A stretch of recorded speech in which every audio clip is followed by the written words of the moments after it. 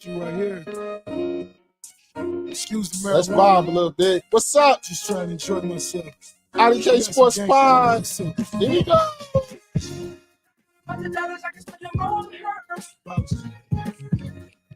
It's okay, a vibe I forgot about. I didn't think this was much of a bop. It was kind of one of those grown-up bops but I heard it in my youth though. Like it was like, okay, it can sneak up on you it can sneak up on you at a day party. Yeah, another song that kind of like still get it going. Probably one of the only songs we had, but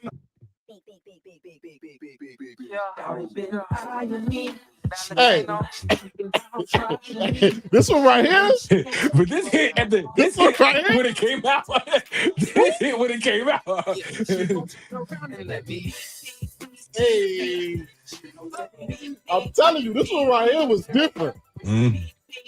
This still get the club going. I ain't gonna lie, this still get a party going. A cookout, a house party, anything. Hey, gotta ask about them. It gets the job done. Definitely gets the job done. Better ask about them. That's a good one. I'm telling you. Trying to tell you something I know, not something I heard. You feel me? You know, so excuse me. What's up, everybody? Welcome to another episode of IDK Sports Podcast, your premier spot to talk sports with the average guys. My name is Anthony. This is my main man, Kenny. What's happening? And here we are again with another live. Don't forget to like, share, subscribe, because this is your premier spot to talk sports with the average guys. Let me get myself straight. I think my mic is going. Is my mic going in and out? Yeah, you straight, bro. Oh, it sounds straight. All right. Maybe it's just me how I'm sounding in my head. I can hear my own echo. Yeah, man, got a lot of stuff that popped off today. NFL free agency popped off, man. We got a bunch of re-signings, bunch of new people in new places. Some people made some money. People made a lot of money. Surprisingly made a lot of money. And we got like the AFC West. You know, we still doing our season review, so we still breaking down each division. And you know, got a lot of things to cover. Women's college basketball. We're gonna cover a little bit. Yeah, man, got a lot to cover, man. So sit back, relax, man. Kick it with us right here this beautiful Thursday night. And don't forget to like, share, and subscribe. How I want to start. Where we going, bro? I mean, they already hit the damn button, so where we going? Where we going? How we want to kick this off, man? Let's get this popsicle stand going. Right. I think there's only one way to do this, bro. There we go. We're live down in the Maysville News Center, KBD. The artist known as were to be released from prison today. It's only one way to do this. I had a chance to speak with him today, and I asked him, why did you do the things you did? It keeps getting worse. It gets worse. Oh, man. It gets worse, bro. When you start selling dope, man? Back in 1986, I bought a Cadillac and put some things on that bitch. The brains rolled out. Now they trying to say that they belongs to me. You know what I'm saying? So, hey, man, it keeps getting worse, bro. It keeps getting worse. Like, my man, boy, you going to jail. Boy, you know you going to jail. Like, they dropped. So, just as of literally before we came on air, yeah, he's officially been charged by the DA's office with 3 felonies and 1 misdemeanor. They dropped the stalking down to a misdemeanor, and they took off the aggravated assault against a law enforcement official. So that's where we're at right now. But this leading up to, and the kid I sent to you, so I'll let you kind of go to it. That's like I'm always the one talking about the crime. But it's more to this. Like, this man, like, go ahead, Kenny. Go ahead. Hey, I'm about to say something crazy, so I'm gonna let you go. Yeah. So I read the rap sheet that got that Ann provided to me from ESPN, and brother, learn when to walk away from the table. Like, you gotta know when to you gotta know when to walk away from the table, brother. Like, you know, the numerous, police calls, the, acts of aggression. I don't want to call them violence because right now it's still being still being decided, by people, outside of this podcast. So everything's alleged at this very moment, So, but there was so many reports, my guy. Like, it was exhausting to read, So I'm only thinking of, somebody with a public status, a public figure such as Rakia Jackson. Is like, damn, how you manage that and still got to come out here and get a bucket, still got to come out here and show face, still got to come out here and be to this scene. It's like, damn, this shit is exhausting, bro. It's exhausting. My man.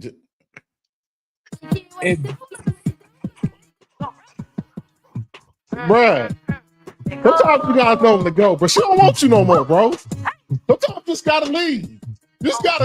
I'm LREE, fuck nigga free. That mean I ain't gotta worry about no fuck. Yeah, you ain't want to let it be free. Sometimes you just gotta leave, bro. You ain't want to let it be free. Hey, and all right, no, we not doing that. We not. I have to say this. I get it. No, I don't. Let me not say that. All right. Come on. All right, so, all jokes aside, man. My man, like, hey, you start to like allegedly chased her down in the car. This is not like a one-time thing. This has been going on for a while. There's multiple 911 calls. You basically got everything but trespass from her house. Like, big dog. Sometimes you lose a baddie, bro. It must have been his first baddie. She had to be. Gotta be his first baddie. Because full crash out. He didn't want to let it go. Full crash out, bro. Like it gotta be his first baddie. Because sometimes you just gotta. Nigga cheat, and I'm F-I-N. She gonna be outside this summer. The only thing was running through his mind was, those sparklers was coming to that section. You just knew LA? it. Hey, bro, you know what I'm saying? Is somebody gonna protect her? See, now you about to hop back in that whip. You about to take a drive tonight because you talking. Nah, you about bro, to make another trip. All jokes aside, man, it's like it's sad because you're doing this to this young lady because you shouldn't be doing this, right? That we can get that out the way. Allegedly, what you said is true. You should not be doing this. If she don't want to be with you no more, move on, big dog. And then on the sports side of it, since it is a sports podcast, my brother, you started coming on pretty good at the end of the year, looking like a real viable rush in. Like I wasn't feeling them taking you in the first round, right? You really surprised me, big dog, and you about to throw all that away because I don't see how your lawyer gets you off without doing time for this. And Rakia's lawyer said that if they go to trial, she's willing to testify. So she's willing to testify, big dog. Like you just bro, you made the situation worse. You should never make a woman fear for her life or fear for her safety, big dog. And you in Atlanta, you got money. It's bad. It's other baddies, big dog. You know what I'm saying? What? I don't get it, bro. Guys just throwing away. But one wise man did tell me one thing, though. What'd he say, bro? What'd he say? Oh, damn, not Teddy P. Not Teddy P. My man was sitting at the... This man, James Pierce, was sitting there. Not Teddy P. I'm tripping. My man, James Pierce, is sitting in his room before he even went out in that Lamborghini to chase her down, right? Nah, man. Not Bobby Womack. That's probably who we're listening to. Not Bobby. Mr. Robert Womack himself. No. You know what I'm saying? He thinking about, she about to be outside in LA, hanging out with Angel Reese and Cameron Brink. Woo! Not the baddies link up. I hate it. That's when he got the house. We get in the car. Nah, he grabbed the keys when he had to go change something. Yeah. He said it can't be too flexible. Hey, But now, James, hey.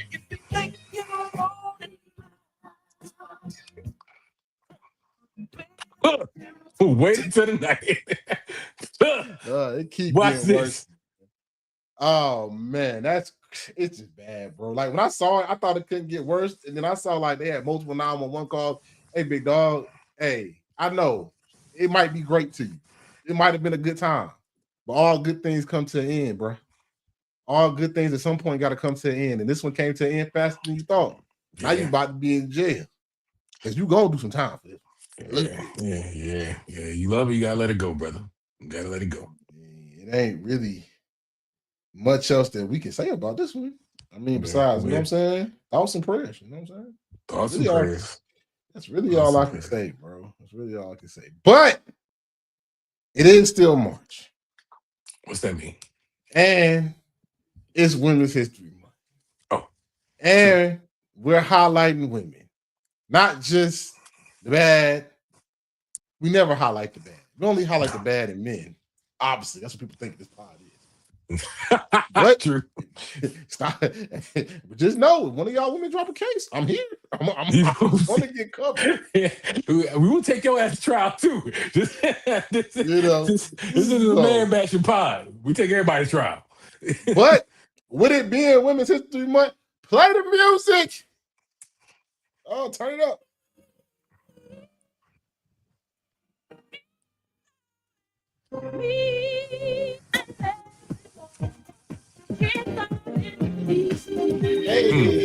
In vogue.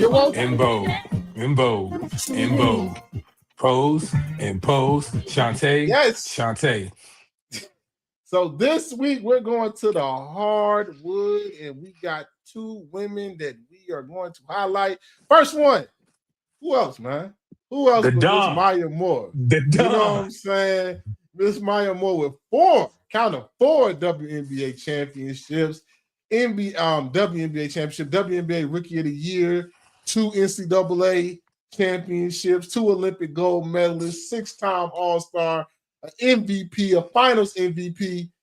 Hey, man, to a lot of people, me included, Anthony, this is the greatest women basketball player ever. And she cut her career short. This is, to me, like, it doesn't get no better than Maya Moore.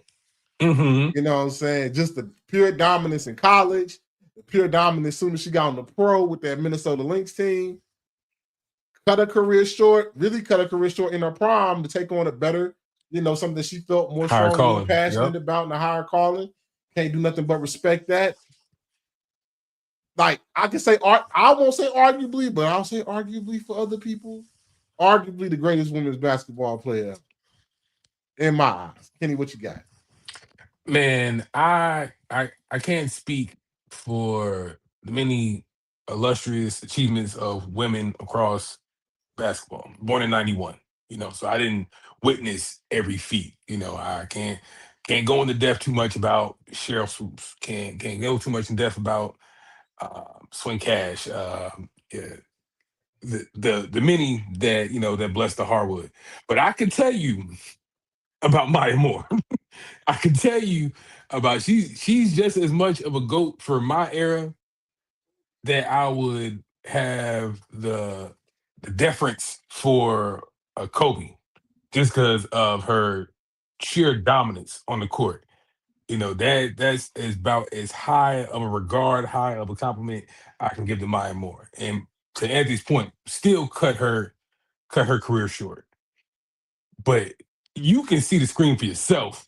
Like, even within a short span of a career, we was racking up achievements. That trophy case is gasping for air. It's covered. It's covered from panel to panel. That trophy case is covered. You know what I'm saying? So when talking about get busy, Mrs. Get a Bucket, Mrs. Filet, Mrs. Dime, Mrs. all around a Hooper's Hooper, Miss Maya Moore. I can't give you a finer example of that. So can't pick a better one for Women's Month. Shout out to Maya Moore. Love from the IDK pod. Yeah, man. Yeah, like I said, in my eyes, the best women basketball player ever. Like I said, good caveat though, because we are younger. So some people might say some other people. I know you got some Cheryl Miller fans, Lisa Leslie, but to me, in my lifetime, and Asia's getting close, but she just hasn't reached the Maya Moore level for me. But the next player is one of my favorite players that, kind of like maybe a favorite for me, very great player. But one of the Meeks in Miss Tamika Catchings. You know what I'm saying? 2011 WNBA MVP. I got the layout is messed up. Is a 4-time Olympic gold medalist and NCAA champion in 1998 with the 3 Meeks with Shamika Holdsclaw, Shamika Randall, Tamika. Hey man, that Passover team was nice. The 3 Meeks they were like that in Tennessee, but also in pro, was a champion, 12-time All-Star, Rookie of the Year. Still, with some people would say that argue like she ain't maybe not being your top, but she probably in that top 10 though. Tamika Catchings is one of them ones. A great defensive player, can score the ball, really can put them clamps on you, rebounder. Hey man, personally, one of my favorites. I really started watching them in college basketball as a kid. Watching them Tennessee teams. My dad kind of liked them and watched them too. So, I kind of saw like the Meeks on that run in '98. Hey. Tamika Catchings, one of them ones. So I wanted to salute her on this Women's History Month. Yeah. I mean, he put defensive players, putting it lightly. What is he like 4, 5, 6-time Defensive Player of the Year award winner? You know what I'm saying? MVP, Finals MVP. Again, another one that got that trophy case where it's like, hey, sis, we almost out. we might have to invest in something else. We almost out of room, sis. So might forget the case. We need a room. But speaking about that Bulls team, Meeks, bro. That 98 team was like that.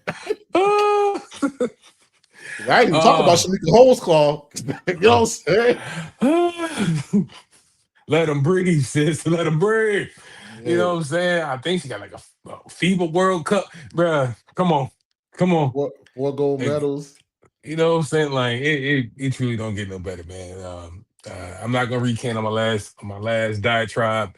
Still got Maya Moore as my, number one. But bruh, again, true hooper. Can't do nothing but applaud it. Yeah, man. And that is play the music. Play.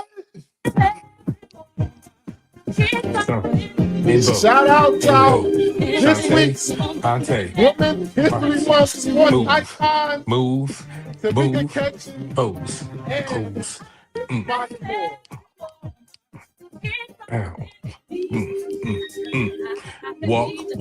Walk. Hey, man.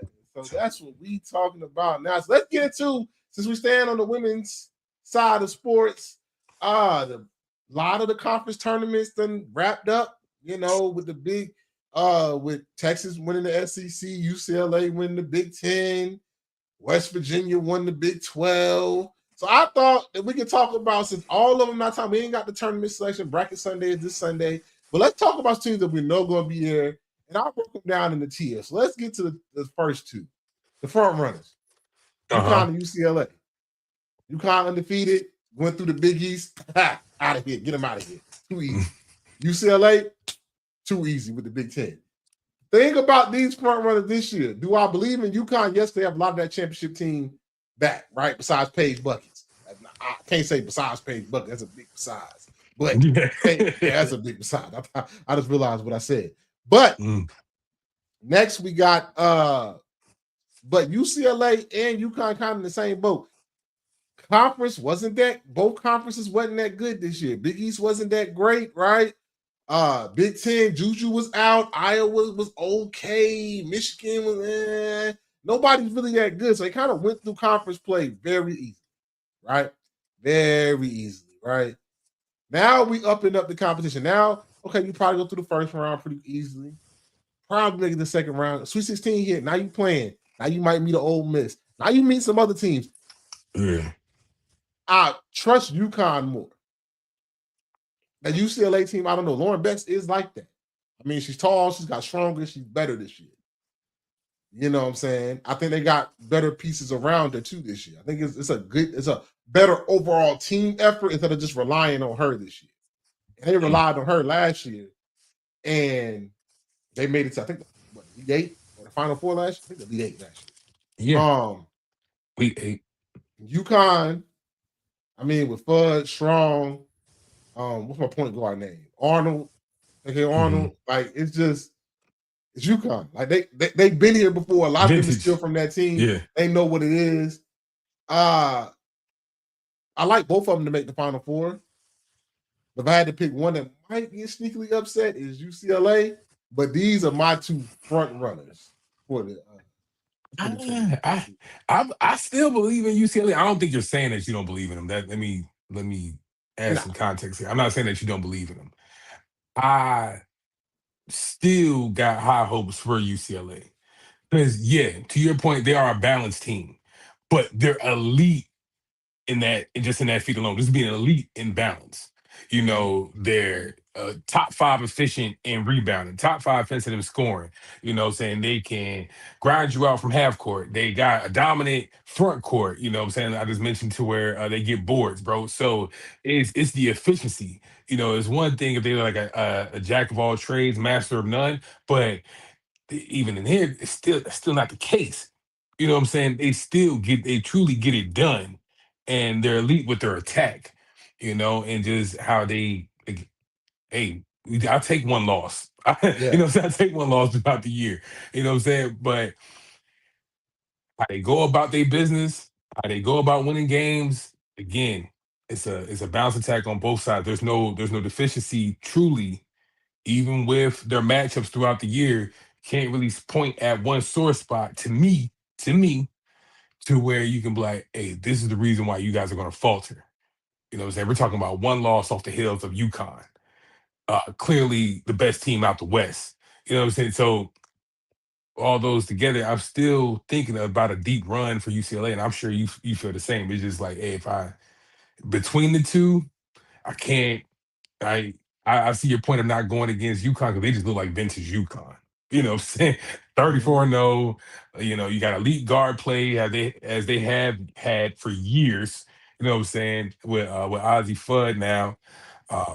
So match that up with Strong. It's like, all right, damn, here we go again. We're right back to scheduled programming. You know what I'm saying? So they're top tier in defense, top tier in offensive scoring again. You know what I'm saying? And you know who's still at the helm with Gino. So hey, it's just vintage Husky play all over again this year. But I can't say that. Hey, can we get a UCLA and UConn matchup? We'll see how the bracket shape up. How the bracket shape up, yeah. All right, and this is like my next tier, my tier 2 favorites. I got TCU, South Carolina, and Texas. Texas, let's start with Texas. Texas has all the talent. They have a superstar, but the talent has to help the superstar for them to make this long run and maybe have a chance to get a championship. Madison Booker is like that, but the other ones have the harmony. Light-skinned girl, I can't think of her name. The other big in the inside. They have to help. They have to help. South Carolina is South Carolina. You know what I'm saying? They got Okot coming on. Lathan is starting to play better. Didn't have a good showing in the championship game, but I think they're going to be there. They're starting to like get their inside out game. Tessa gonna have to show up big in this tournament. Raven is starting to knock down threes more consistently. Had a great game in the semifinals. I want to say semifinals. Yeah. I still like South Carolina. I trust Don. You know what I'm saying? They're gonna be there. They're gonna be a tough out. TCU is one of my other favorites. Sometimes when you got the best player in Olivia Miles, who I think is the best player in the country, and you add that with the I can't think of the girl name. I think it's Indy. There's another girl there that's like a forward. She's a dog. Power too. Plays with power in the post, and she can step out and knock down the 18-footer. TCU is a scary team. I know they lost to West Virginia. West Virginia plays good defense, and they have played West Virginia for the 3rd time. It's hard to beat somebody 3 times. I don't care what sport you're playing. When teams are like not overly matched, it's hard to beat somebody 3 times. But these 3 players, I like TCU because they got Olivia Miles. I think she's the best player in the country. Raven Johnson in South Carolina. Don is gonna have them ready to go. They've been here. They know what they're doing. A lot of them been here. And Texas if the other key players can help Madison Booker, they can go a long way. They have a very talented squad with a superstar, and they play great defense. I'm gonna give Texas the edge, brother. If I had to pick my favorite of the tier 2 favorites, I'm gonna give Texas my edge. I like the combination of Booker and Rory Harmon. I like that. You know what I'm saying? I like those two playing off of each other. You know what I'm saying? As far as, from wing, top of the key, getting points in the paint. Ooh, I can't speak. Points in the paint, they excel in both.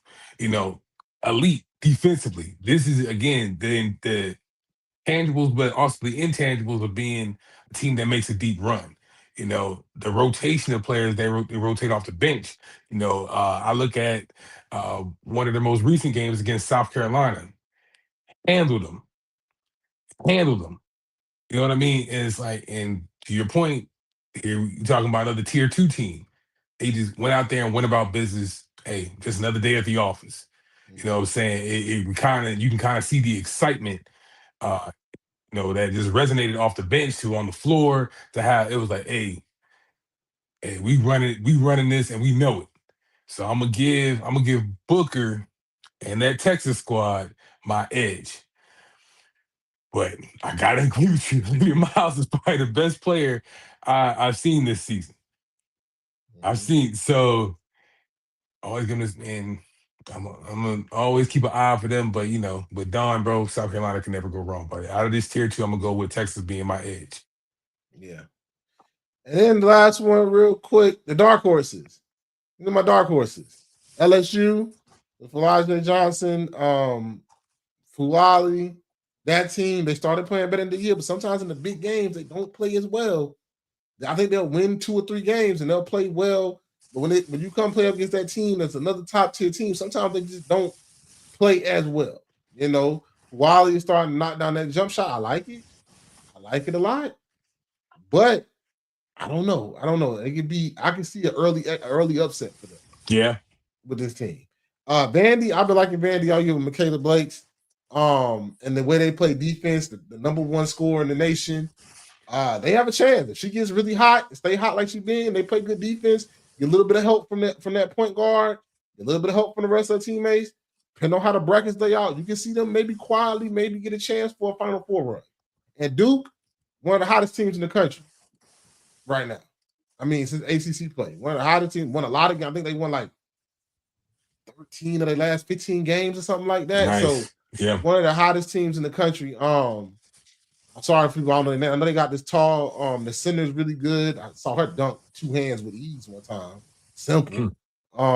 Got shooters. Carol Lawson got them girls playing. Got them women. Sorry, them women playing very good basketball. They won the ACC tournament against a good Louisville team, a very good Louisville team. That was a damn good game. You missed it. These are my 3 dark horses of teams that I can see. It depends on how the bracket falls out, who seeds where can make a Final Four run. Yeah, bro. I couldn't agree more. So again, out of this group, I gotta go with Vandy, bro. Bro, when they get hot, it's like we gonna just shoot your damn lights out. They are so efficient on offense, bro. They got the Texas team this year. You know what I'm saying? When we talk about again what wins in March, they got the veteran leadership. We talked about them being efficient in offense. And boy, again, when they get hot on the perimeter, they start again. We putting 3 to the dome. When it's that time, oh man, back up. Just back up. Because you in here for a show. It is gonna be a show that you ain't gotta worry about your business. We about to put on a show. So out this group, I'm looking at it. I understand Duke got the hot hand, brought it out. LSU, think they rely too much on their guard play. I can't trust the time when it has to get rough and rugged in the paint. I can't trust them that much. And also, I see a falter. And when they have to play like more disciplined teams, where they're still trying to play run and shoot with their guards, it feels like again, when they get up against a more disciplined team that's, has a little bit more structure, know where they're gonna get their, know where they're dominant at, know where they're efficient at, it's like, where's Walter? They're all kind of just looking around like, where are we gonna get that spark from? Elijah usually brings that, but when that light goes out, it is out. Yeah. There's nowhere else, they can really turn to after that. So I completely agree with you. I can see LSU being an early exit. Uh, I think Vandy is going to continue to be a big surprise this year. I could even see Duke turning some heads, but out of this group, I probably see. I don't want to say it, but LSU having an early exit, but Vandy taking some folks down to the wire for sure. Yep. So that's the teams that I think and that we think could be some dark horses for this tournament. It's going to be a great tournament. Don't miss Selection Sunday coming up this week for the women and men. So next week when the tournament starts. All right, so let's get into it, man. The main topic on everybody's mind. Make sure I get these things right. Talk about NFL free agency, man. Some money was spent. A lot of money was spent. Let's see. Let's talk. Yeah, let's talk about some of them and see what we think about them and how they land. Let's see. Here we go. There go one. Trey Henderson signed to the Ravens for 4 years, $112 million, $60 million guaranteed. He did pass the physical, so that is done. That deal is signed and done. I'll go first. I like it. You get you a vet who can get pass rush. I think this is solidified with that first round pick they got back. They're going to get a pass rusher in the first round. So everybody that wants them to get a receiver, like me, they're gonna get a young boy on the other side to match up with this and try to have like a young vet duo. But I like him because he's an every down end. He can run support as well, get out the passer. Is he gonna be like at that year where he led the league in sacks? No, but he can be better than what they had. He can get you double-digit sacks. You know what I'm saying? All you need somebody to get pressures and double-digit sacks because everybody's going up against the Ravens secondary saying that, they need secondary help. I don't know how bad that secondary is because they didn't have no pass rush last year. And they're getting their D-tackle back this year that was hurt. I like it. I kind of like it more than the Max Crosby thing. Max Crosby was the splash one, right? But you gave up a lot to get them. Now you got them picks back. You got somebody. I think that's a good contract for 4 years, 112. That's a good contract for an established team. Hell yeah, thanks. And I like it. I just know now. I think it made a clearer picture for me what they're gonna do when draft time comes. Now they got that pick back. Bruh, I don't think nobody loves this move more than the Ravens, honestly. Because at first you spending what, like 2 first rounders? 2 first rounders. That Max Crosby. So you back out of that deal, keep your first round picks, and still get an elite edge player. You know what I'm saying? I think I understand the stories that's out there now. I think even Trey Henderson echoed the fact that he thought he was coming in to play alongside Max Crosby, that they were going to be a tandem.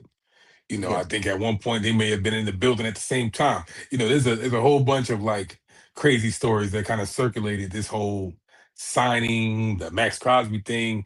There's a whole bunch of things out there in the internet about it. But I think, hey, at the end of the day, if this is where you land, you keep your picks. You can still make a pick this go round in the draft, and you get an elite player, bruh. You got to be like, huh? And when you say, hey, we had a plan going into it and we still executed, bruh, you did pretty damn good. And you got them at a high ticket too. You got them at a pretty good ticket. So you spent your money, you feel comfortable with what you did. I understand that some people around the league may not be too happy with how it happened, but nevertheless, I think your front seven definitely got better this offseason. So shout out to the Ravens, bro. Max, I'm sorry, boy, you going back to Vegas. Yeah, that's all it is. I like it. I like this pickup a lot. Let's get into another one. Make sure. This one, man. Hey, you already know how I feel about this one. I like this one. Jalen Phillips had a good year with the Eagles, so the Panthers signed him for 4 years, 120, $80 million guaranteed. Need that. I love it. I like it because we got Derrick Brown. That's going to help him too, and he's a pass rushing D tackle, and that's going to help him get freed up a little bit now that we got a true end on the other side, especially since we gave up Brian Burns a couple of years ago. Now we got somebody to get after the quarterback. Keep building that defense. Got a good secondary. That defense is really starting to fill out. Starting to fill itself out. And now you got, you know what I'm saying, the offense, liking what people liking Bryce. You know, Bryce got to prove it another year. McMillan, like he one of them ones. Running game. I know we lost Rico Dowdell, but Chuba's still there. I think. There? Yeah, Chuba's still there. But I like this. Go get you a rush and somebody to get after the quarterback. Especially in this division where maybe the quarterbacks ain't all that great. So now you can disturb them even more. And with that good secondary, we can turn the ball over even more than we did this year. But I like it. I think Derrick Brown loves it. I think he loves it. Sure. Because I think it's less double teams he'll see now. He might have a chance to get after the quarterback a little bit more, especially when they line up on the same side. So I know some Eagles fans was like, oh, we took him under your noses. I don't think the Eagles was going to pay him, me personally. But, hey, I think this is money well spent. Good job, Panthers. David Tackle. All right. I ain't even going to bury the lead. I'm going to start with truth, and I'm going to just, the rest is going to be hate. So, did y'all get better? Did y'all get better? Yeah, sure. I mean, could you go into this draft and what you got left? What, get a linebacker, CJ Allen, Jacob Robert? I don't know. Pick somebody. Y'all just probably have an elite defense next year. Yay, you. All right, that wasn't too much. Like that. Y'all got better. Whoop-de-doo. That's truth. Here comes the hate. I feel gaslighted. I feel gaslighted. I feel gaslighted because as an Eagles fan, it was. Oh man, there's no place I'd rather be. I'm here in Philly, and I see how y'all had so much success. Ooh, and there's Vic Fangio. You know, I knew him since my days in Miami. I love this city. I love the Big Dom was my boy. Bro, you lied to us. Hey man, you lied to us. That money, can't call it. You had my boy Howie out here in these streets trying to chase you down, trying to get you a deal before the legal tampering period started. You said you had my boy out here like trying to make a push. He wasn't even in the Max Crosby conversations at that time. He didn't even get too involved in the Max Crosby sweepstakes. Max Crosby back available though. Yeah, I'm not talking about that. Okay. I'm saying that initially we could have devoted our resources there, but you over here playing, being toxic to Philly. You know what I'm saying? You come over here and you just love bomb us, There's no place I'd rather be. Woo, woo, woo, woo, woo. Now here you are in Carolina. You know what I mean? Just leaving in the middle of the night, like you wasn't even here. What's up with that? They gave him 80 million reasons to leave. No closure? You know what I'm saying? Didn't tell nobody. You couldn't call. You couldn't call nobody. That's weird, bro. It's weird the team behavior. Toxic, bro. The fans and the team toxic. You can't have both in Philly. All right, bro. Whatever, man. Y'all still get Max Crosby though in that knee. Whatever, bro. I hope you stay healthy. You know what I'm saying? Get that first round pick. Get that first round pick up. You know what I'm saying? Max in that bad knee. Yeah, whatever. Bro. Shout out to Jalen Phillips. That's hate. That's hate. Let's get to the next one. Kenneth Walker signs with the Chiefs for 3 years, $45 million. Is that right? $28.5 million guaranteed. Can you see if that's right for me? Got you, bro. Money. Yeah, but I think I like it. I think if you couldn't get Breece Hall, I think Kenneth Walker's a good running back that's dynamic, has speed, power. You need this. You need a consistent running game. And to offset what Patrick Mahomes can do for you. I'm pretty sure this is right. 28.5 million, 28.7 million guaranteed. Yeah. Yep. I knew he wasn't staying with Seattle because Charbonnet was on a better deal, cheaper deal. And Charbonnet does a little bit more.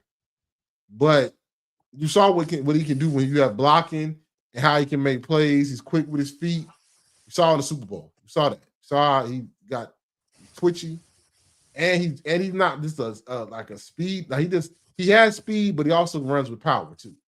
And the Chiefs need a consistent, like I said, they need a consistent run game. You need that. So going out to get that, hey, more power to you. Couldn't get Brees, the more dynamic one that catches and stuff.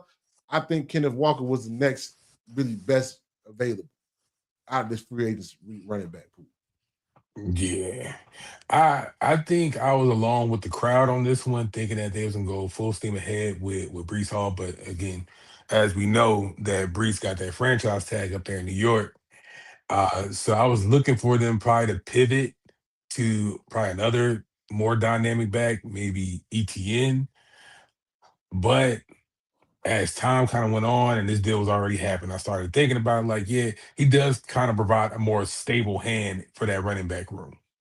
You know what I'm saying? I think I even described it to you as like a Isaiah Pacheco super upgrade, like an ultra Isaiah Pacheco. You know what I'm saying? In a way, It's more like a because Kareem Hunt in his prime.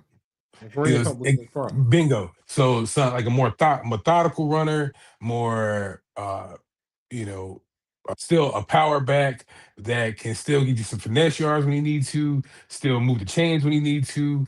I mean, we just saw his full skill set on display this past month in the Super Bowl. So you see the many talents that he still does have. I think he still works well in a 1-2 punch. Now, Chiefs fans, I don't mean go get hyped thinking that, y'all still getting Jeremiah Love or anything. You can probably get a more dynamic back later in the round, the piece with him. But for what I thought they was seeking after or going after with a more dynamic back, you got somebody more consistent still. Somebody that you don't have to question as far as what they output or what their production is going to be week in and week out. You know what I'm saying? Yeah. It's going to be 75 in a tud. You know what I'm saying? There is some pass catching ability there. So maybe swing route, screen, you still gonna get some production. Pass blocking, above average. So again, you still providing a lot of support for Patty when he get back. 3 years in a NFL culture where running backs are starting to show their value again, where we start to see more running back contracts, it's like, all right, I think it's going to show its worth. So, I'm kind of falling middle of the pack here, pivoting on both sides of the fence, because I think they're still going to be looking for a more dynamic element to bring to their offense this offseason that can be accomplished, as free agency go on or as as the draft comes up. I still look for that more dynamic element, whether that's bringing in the likes of a wide receiver or a King Al Sadiq at the tight end position. I think that offense still needs that, but you can never go wrong with Mr. Reliable and Kenneth Walker. So overall, I think this is a good signing for the Chiefs. Yeah, I think it's a good signing for them too. I like it. I mean, you couldn't get Brees Hall. I think you got one of the best consistent backs there's been in the league. And to think, bro, like you going into a season where you're likely going to be without Patrick Mahomes for the year, right? You know what I'm saying? So as far as you need something reliable that you can count on week in, week out to kind of get that offense going, to get those drives started, with 3 to 6 yard runs. You need somebody that can do that. And I think he provides that. Yeah. Let's get to our next one. Speaking of running backs, Travis Etienne signs with the Saints for 4 years, $52 million. Oof. Got big money. Think it makes him one of the highest paid running backs in the league. Actually. No question. No question. This is the shocker for me. This is one of the shockers. I wasn't expecting him to leave Jacksonville, and I damn sure wasn't expecting him to go to the Saints. Did not expect that at I think it is a good upgrade for the Saints. I think Alvin Kamara, I think he has some good years left on him, but he got a lot of use in these past couple of years. I think it might just be time to move on. I'm pretty sure he'll get another chance somewhere, maybe to be the spell back for somebody, maybe to be like a good 1-2 punch. But I think Travis Etienne gives you a hard runner, that's twitchy, good speed on him, and he's not going to be what Kamara is, but I don't think they're looking for that. I don't think Kellen Moore is looking for that in this offense. I don't think he needs everything back like Alvin Kamara is and was. But this is a good runner. Good runner. Give him the ball. Gonna make plays and catch. Had a good year last year. Had a good year the past couple of years, actually. I like it. I like it for the Saints. You kind of switching up the guard, getting younger, to help out this quarterback. You want to see what Tyler Shuck can do. So I like this move for the Saints. Yeah, I like it for the fact that you don't lose too much. You don't lose too much as far as passing the torch from Kamara to ETN. You still got that speed element to the game. You still got a pass catcher. You still got somebody that can be a game breaker, an X factor in ETN. You still keep that, on your offense. Uh, I I appreciate the fact that you bring back home a hometown kid. Etienne's right out of Louisiana. I think Jen is Louisiana to be specific. So I can appreciate all those things. Um, I can also appreciate the fact that you're still putting, you're consistent in putting weapons around Tyler Shuck. So, you got your pro style quarterback or pro offense style quarterback, you know. So with that, you ask somebody that's more complimentary with ETN that you can just hand the ball off to, whether it's under center, in shotgun, you still got a running back that can be dynamic. Doesn't have to necessarily be, scripted for. You know what I'm saying? That can just kind of be in the flow of the offense. So all those elements, I can still appreciate it. But it just marks the death of the Kamara era in New Orleans. You know what I mean? Because I do think they like what they see out of Kendrick Miller being an RB2 for them, uh, kind of bouncing that, speed attack with some power. He's going on to, I want to say year 3 or year 4 down there in New Orleans. And he's starting to show and prove as being a good, somebody that you can split carries with, kind of spell ETN, from time to time. But having ETN as your bell cow, it's a good look. It's a good look. Now, the more intriguing thing to me is where's Kamara going to go? I like that conversation a little bit more, but I'm sure that time will reveal. But hey, this is another A grade signing for me. Yeah, that's a good one. I like it. Like you said, you don't lose too much from what Kamara was. Kamara just ain't the same person that he was. I mean, a lot of years, a lot of hits. So, I think you go get you a good back, and you can still build this offense, get a little bit younger too. Yeah, this offensive line, you got guys like Fonga, Ruiz, Kelvin Banks, bro. Like you already got like 2 bookends, so and you can always me and will always tell you can always keep getting better in the trenches. So even if you were to add to that, bro, that could they're starting to. I could see the thoughts. I could see the wheels turning for the Saints of like, hey, this is our game plan, and we're going to like sneakily get better. And when especially in a South division that's always highly contested. So I get it. I get it. Yep. Let's get to the next one. I like this one. Trent McDuffie goes to the Rams. 4 years, 124 million, 100 million guarantee. Makes him the highest paid defensive back in the league right now. I think it's like 32 a year. I want to say my math right. I know it's above 30. I like it. The Rams said they had a weakness at the secondary position. They went and got probably arguably one of the better corners in the league, right? We saw this coming with. I knew his days were numbered with the Chiefs. I didn't think he was going to be there after this year. They kind of put a Band-Aid on it that 1 year, and then I knew he was going to want to get paid, and here we are. He's with the Rams. That gives you a shutdown corner on one side. Now I guess you can figure out between the Kobe Durant and the whatever the other guy was, who's going to be CB2 and the nickel. They also got Jalen Watson too. During his free agency too. So just like that, 1 and 2, you just solved your secondary problem. Yeah. So I think they spent the money. I think his money was spent. I think he's gonna show why he's worth that money. I think he reset the market too because Christian Gonzalez is looking to get paid too. So that's good. He reset the market, but I like this. I like this for the Rams. This made the Rams even more scary the next year. Yeah, I like it for the fact that you still for a team that already had 2 first-round picks coming into the year, right?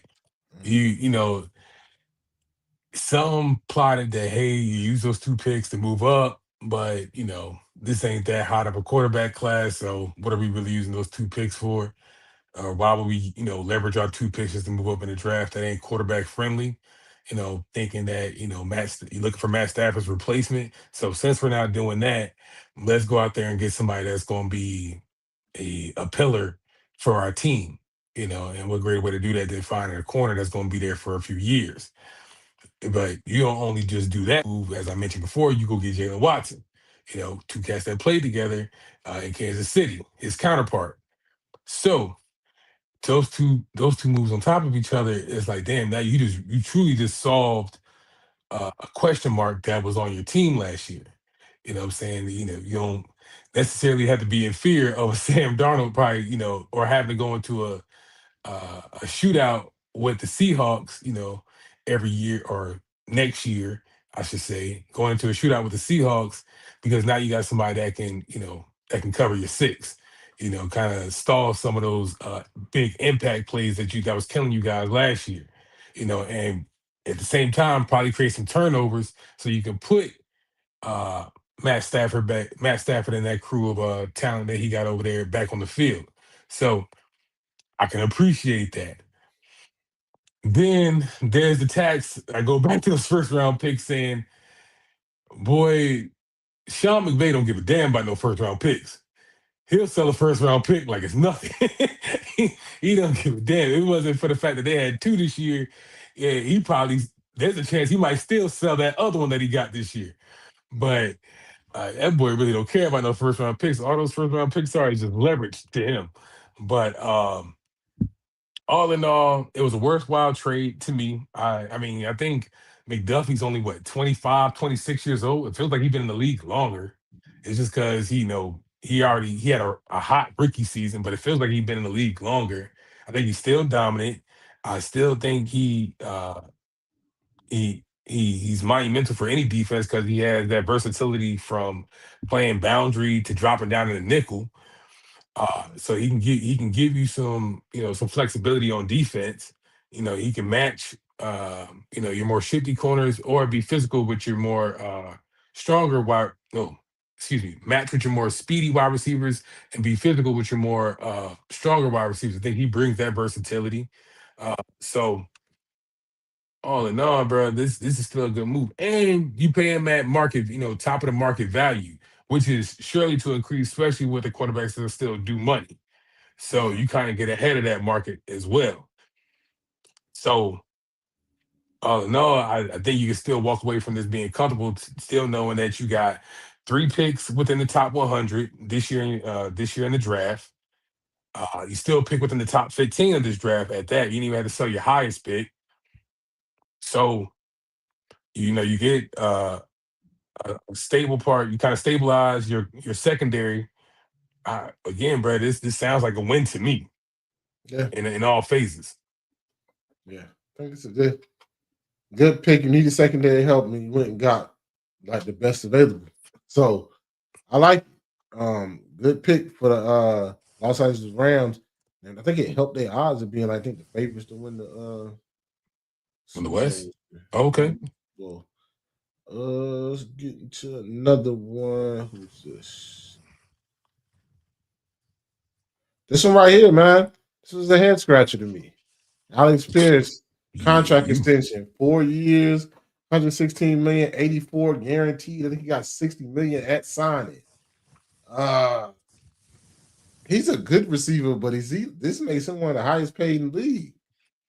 And you let go of Michael Pittman, and you basically let Michael traded away Michael Pittman. I don't know. Can you help me? I think maybe not I overpaid. know. I can't. No, I can't. You got to have true and sincere trust that connection between him and Daniel Jones, because they read Daniel Jones up, read up that contract too. You gotta believe this is the second coming of Peyton and Marvin Harrison. This got to be your new iteration of it, especially at the point value that you paid them or the price value that you paid them. Because for me, you also have to believe that Alex Pierce is wide receiver one on all the other 31 teams too. That's what this deal says to me, is that he's not only wide receiver one here, but he would have got this money elsewhere too if we would have let him on the market. Because mind you, he was heading towards free agency. This wasn't a Michael Pittman situation where you had him under contract and you traded him to get some assets back. No, this is somebody that you said, hey, we can't let this guy out the building because we think he's just that impactful. Not just for our scheme. That's a lot of money. That's what I'm saying. He would have raised just as much hell if we had to see him on I'm trying to think of somebody division, the Texans, the Jags, and the Titans. That's a lot, you would hate to have to play him twice a year.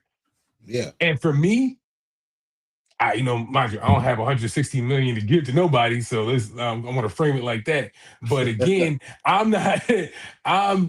me and my money, I can't necessarily like wholeheartedly agree that that's what I would have done.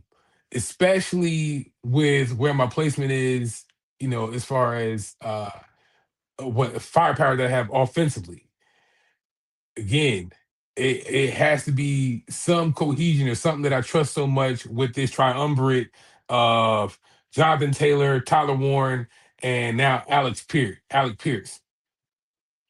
I truly have to be that's going to believe the Colts are thinking like, hey, this is going to be my moneymaker. I'm betting the house on them that they're going to really bring it home for me. When, in all honesty, I don't even know if this is your best offensive, system or offensive trio in your own division with the Texans sitting there. I can't say that. I don't know if I think in unison with the Michael Pittman, yeah, it works. And even that was half the time that we seen with last year. I can't say wholeheartedly like, hey, this was the wisest move. Or that even with Alec Pierce, something can't be upgraded, or I'll get a cheaper deal with a rookie that I can't eventually turn into an Alec Pierce. I can't say that for sure. Somebody that watched the Colts could probably tell me different. A diehard could probably tell me this is the best thing since sliced bread. I don't think so. I don't get it. It's a lot of money. Lot of money. I mean, I'm not saying not give him a contract extension, but that's a lot of money. And that's the pitfalls of like free agency too, bro. Because like, you're gonna overpay him. Bingo. Everybody's market value. Everybody gets to pay just to get paid top of market value. Like, you know what I'm saying? I know they signed Daniel Jones about $42 million a year or something, like $44 million a year. That's a lot of money. They should have gave him $30 million. I don't understand, but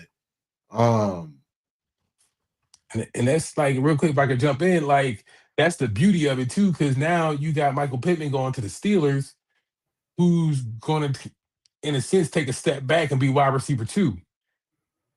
Is he? But okay, I'll give way too much credit to DK, bro. I don't know I'm saying, but he's I'm not saying you. I'm just saying I don't know what DK.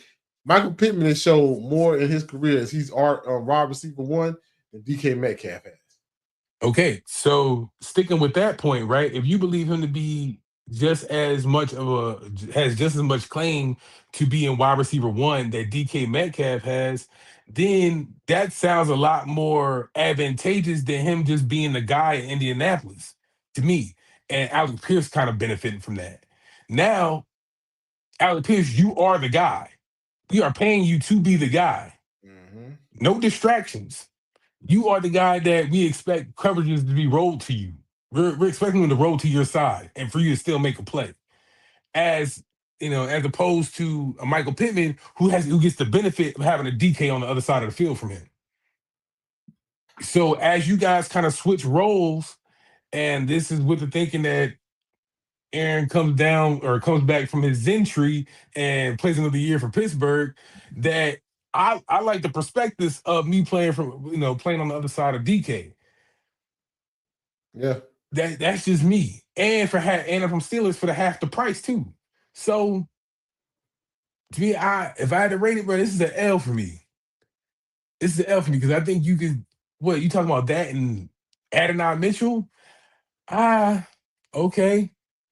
Yeah, I was just like, wow, he got a lot of money. A lot of money. Let's get into our last one. Malik Willis signs with the Dolphins, 3 years, $67.5 million, $45 million guaranteed. So basically, his first year is guaranteed. Or splitting it up, we're gonna be making about 30-something million a year. Basically, a proven contract, 3-year contract, really can be turned into a one. This is the shot he wanted. He with familiar people down there. It is still talent down there in Miami. If they don't start trading off some pieces, I know they still got Devon Achane still down there, right? Waddle too, yeah. Waddle still down there, right? I think you have a shot to do some good things, play good, and then earn a bigger contract where they'll re-up and make you more competitive with other salaries. And I'm wishing Malik nothing but the best, man. I think it's a good situation he's in, and he's getting a shot. Didn't get a fair shot at Tennessee. Now he's getting a shot here in Miami. I think he made best of his situation in Green Bay. Got to need some tutelage. I'm forgetting the name of that head coach, LaFleur. Got some LaFleur tutelage while he was up there. Got to step away from the spotlight of being QB1. When it was time for him to show and prove on the field, he did that. Put some good tape, put some good stuff on film. Show that he can still lead, still be a productive quarterback in this league. And hey, we kind of got him at a market value. 3 years, 3 years that could be a one. At at max 67.5 over 3 years, but that's a pretty good deal, especially if we're only looking at it from the standpoint of this could still be a transitional contract, or we're still in a bridge year, especially going into 2027's quarterback class. So you still bode well. Yeah. Even in the case that you are, only QB1 for this year and possibly next year. Yeah. This is still best case for Miami. So with that being said, you get another chance to put some more film on tape. Ain't no questions if you're gonna be, number one, be at the helm, bro, because the money tells you that. And you can if you get to about 500 this year, bro, that's a job well done. You can lead that Dolphins team to about 500 or at least close to it. Job well done. I think it's gonna be a bit more about how he looks and how the team plays. Because I know they're rebuilding, so I think it's more about how he looks in the rebuild and more the team, how the team wins and losses, in my opinion. But I like it. I hope Malik does very well. I think he didn't get a fair shot at Tennessee, and he's taking making the most of his opportunity. Yeah, because you already salary dumping down there in Miami, whether it's oh my God, what's his name? That edge rusher that just went to Buffalo. You're trading off assets here and there. Like you're thinking about doing something with Minka, like, bro, you're all, it's like a rotating door down there. You just got rid of the Tyreek Hill salary, bro. Like you're in a rebuild mode. So what do you do with it? Again, another audition tape, bro. Do the best thing you can. Yeah. So Good sign. That's a couple of the signings that we go to. Of course, you got more. You can always look up more. I got those off NFL.com. It's a couple other re-signings and stuff that's happening. But we're running short on time, so I'm going to go right into the AFC West season review, and we're going to go through these pretty quickly since we started a little late today, and we don't want to get past midnight. Let's get the first one, the Chargers. Chargers was 11-6, made the playoffs. I got O-line needs to get better, but I think they was hurt. I mean, you got Slater and Alt got hurt this year. I think the O-line is going to be better. Quentin Johnson and Lod McConkey at receiver. I think you could use a true receiver number 2 on the outside. I think Keenan Allen was good, but how much longer can you depend on him, right? Defensive wise, Khalil Mack needs a running partner, and maybe y'all need an inside linebacker in my eyes for this team. But Kenny, how you feel about the Chargers season and what they need to do? I think it's the injury bug, bro. Like your 2 bookends getting hurt. I don't off the top of my head, I don't know what their perspective is for them being available for next season, but the main thing for them is just that offensive line not only improving but getting healthy. It's that damn injury bug, bro. Like, because with that, we're talking about a whole different outlook for this Chargers team, and even with them being kind of hindered with injuries last year, still was able to make it to 11-6. Was still very much competitive with the Broncos and the Chiefs. Well, not so much the Chiefs last year, but they're still very much competitive in the AFC. So, you know, offensive line is healthy. Keep Justin Herbert upright. You know, is it? I think let me just get back to my baseline. My baseline is that it's not enough for them just to be competitive. At some point, they got to do a little bit more than just be competitive or just be in the race. You know, at that at some point the fingers are gonna start pointing at you like, okay, this ain't gonna be the crew that gets it done, or maybe Herbert ain't the one that's gonna get it done because you never said that you weren't good. We never said that, hey, there's a questions at QB1. There's never been a questions that surrounded you. But more and more, we're only seeing that are you just a guy? Are we overselling it a little bit? Maybe are we putting too much hype around it? Like we kind of just waiting for you to like flick that switch on of just firmly placing yourself in the elite heap of guys, with your Lamars, your Joes, and your Patties. Is like, bro, like we see the talent, but all we getting is competitive races. Let's turn that over, bro. And excuse me, like so. I can appreciate them bringing in Ty Beat as a center. It helps your offensive line. I can appreciate bringing in Cole Strange. It helps your offensive line. I see you bringing in pieces. I still, and to Ed's point, I can still see them at some point probably bringing in a wide receiver 1. There was conversations that they might bring in. They was keeping their eye out for that AJ Brown at one point. So I can see them probably making one more big move to kind of shift the landscape a little bit and really capitalize on this window they got right now. But brother, and I'm telling you, I don't know how many years they got left of just being competitive, of just saying, well, we got to the playoffs. Well, at least we was close. Close ain't good enough sometimes. Yeah. And somebody's gonna point that out eventually. Yeah, I think so I think the main thing is just them getting healthy and then seeing how that season goes. Next up, the Raiders. I mean, we ain't really got to stay here too long. They need everything. I mean, they need everything. They need quarterback. They need receivers. They need offensive linemen. They need defensive linemen. I mean, we ain't got to go too long with him. They just need to draft well. That's their offseason priority. Draft well. Hit on at least 4 of these picks and see what you can get. The Max Crosby thing kind of bit you. You thought you were going to get more picks for Max Crosby's worth. So now you didn't do that. So now that's kind of changed. But this is all about hitting on your draft picks. Point blank period. Bruh, here we are again, another head coach change. Do we even waste time remembering his name?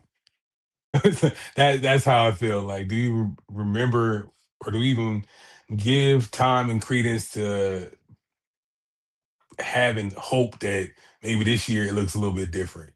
That's what kind of where the Raiders are. They've lived at for years. Um, I can say though, this go around that they're doing something a little bit different. They're actually bringing notable names in the building. Sometimes they bring in guys that's kind of over the hill that used to be, you was a, I don't want to say has been. I don't want to disrespect anybody, but it was just kind of like a place where like careers kind of go off to have that final hurrah. But for this one, they're starting to get a little bit younger players. I can appreciate them getting Quay Walker and N'Kobe Dean, two former teammates at Georgia, pairing them up together in Vegas. I can see them bringing in a young talent like Tyler Linderbaum to be your center and move Jackson Powers back to guard. That makes sense to me. Kind of, kind of fortifying that offensive line a little bit. Because why? You got that Ashton Genty guy that you just paid top dollar for last year. So that makes sense. And of course, we already know who the number one overall pick gonna be in Mendoza. He's gonna need all the help he can get.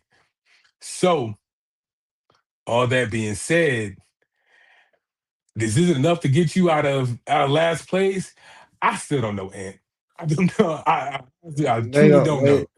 They need a lot, bro. I mean, we ain't got to belabor. Yeah. The All point, right. bro. Hey. They need a lot, bro. I mean, they need a lot. They need a lot. They probably 2 years away. They need a lot. Let's get. I tried, Joe. I tried to keep it. It's not 14-3. Denver Broncos had a great year. Unfortunate time in the Bo Nix getting hurt in the conference divisional round, going to the conference championship. Receiver depth, I do think they need some receivers. They could use another good receiver. D-line, interior D-line help. I think they need more. They can get to the passer, and get sacks, but interior, sometimes they were very vulnerable to the run. Running back. Speaking of run, the running back. They could use. They're one of the teams that I thought would be in free agency trying to find them a back, but I guess they're gonna go draft. Maybe I don't know who they're gonna get in the draft, but they definitely could. There's one of the ones that could use a dynamic running back like a Brees, a Kenneth Walker, maybe, or Travis Etienne. I thought they could have used one more than anybody else. Got the coaching changes with a new offensive coordinator this year. Sean Payton said he's not calling the plays this year. So, real quick, Kenny, how you feel about this team? Yeah, I guess I know this all hinges on like the health of Bo Nix. So, I at the time right now I can't remember what his injury was or what his timeline is for returning the 2026 season. But outside of that, it's very much of a running back and trenches. You know what I'm saying? Somebody that kind of if you're already going into next year knowing that it's gonna look a little bit different, or that you might be off to a slow start because Bo Nix ain't completely healthy yet. Some other dynamic elements gonna have to carry you through at least the first leg of the season. So if that's establishing adding some pieces to establish that run game, let's do that. Let's bring in some guards. Let's bring in some center. Like let's bring in some offensive line help. Let's get a running back that's gonna be here longer than 1 or 2 years. That we just not gonna keep having a revolving door for who's RB1 every year. So it's just probably just evident similar to uh, say the Chiefs, like just add some dynamic that's gonna help you at least in the first leg of the year. That's gonna be the big pivoting point for me for this Broncos team. Yeah. So running back is definitely where I think they need to find somebody to stay the ship, consistent. Bingo. That's what I was looking for. Somebody that's gonna kind of level off some of some of that heat they're gonna get early in the year because it's gonna get rough. It's gonna be rough at the top. Chiefs last one 6-11 down year, rebuilding this year. I said add playmakers at wide receiver. I think their wide receiver just got to stay healthy. I think Xavier Worthy just has to be fully healthy. Rasheed Rice gets a whole year.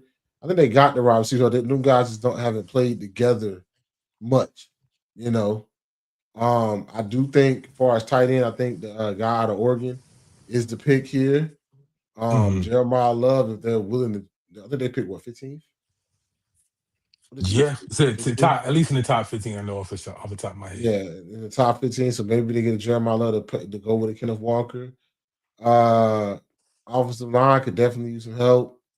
Like you said, this year you don't know when Patrick Mahomes is going to be back. If he come back this year, let's see how it go. I think he should be back. But the Chiefs, man, rebuilding.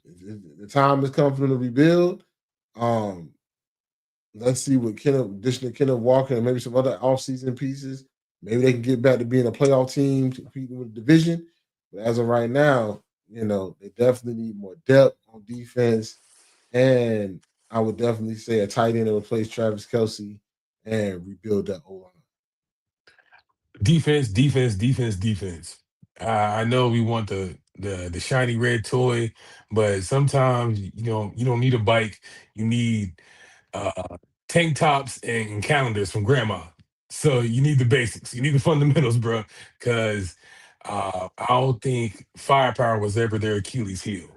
You know, you're already looking at low expectations because Mahomes won't be back, or at least not for the beginning of the year. I'll say that. So you already got low expectations. So use this year for what it's worth. Let's get some fundamental pieces. D-line help. Chris Jones ain't gonna be there forever. You know what I'm saying? So somebody that at least can be a counterpart to him or be like a Robin for a couple years until he hangs it up, that would definitely help. Uh, Corners, you just lost Jalen Watson and Trent McDuffie. You need some more. You need some pillars on defense that's going to be a part of this new regime, because this is going to be this after this year. We're looking at the second act of Patrick Mahomes. So let's get some guys that's going to be a part of that new regime. You got to be thinking more 2027 than you are 2026 this year. So think about how you want to build this new regime going forward. Yeah, I don't waste too much time in the record book or how we look week to week, but we talking about it's more of a development season than anything. Yeah, definitely is. So that's our AFC West season review. I mean, don't forget you can check out all our season reviews right on our YouTube page right here, where you can like, share, subscribe, and see all the content of just the season reviews. We're breaking down each division back to back to back till we get through all of them. Hopefully we end before the draft start.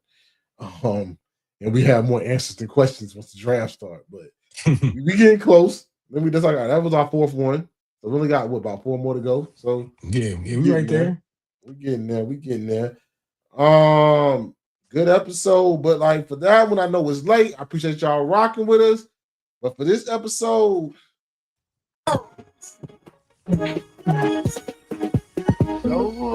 IDK Sports Podcast. The spot to talk sports with the average guy. My name is Anthony. It's my main man King. Don't forget to like, share, subscribe, and until next time. What's up?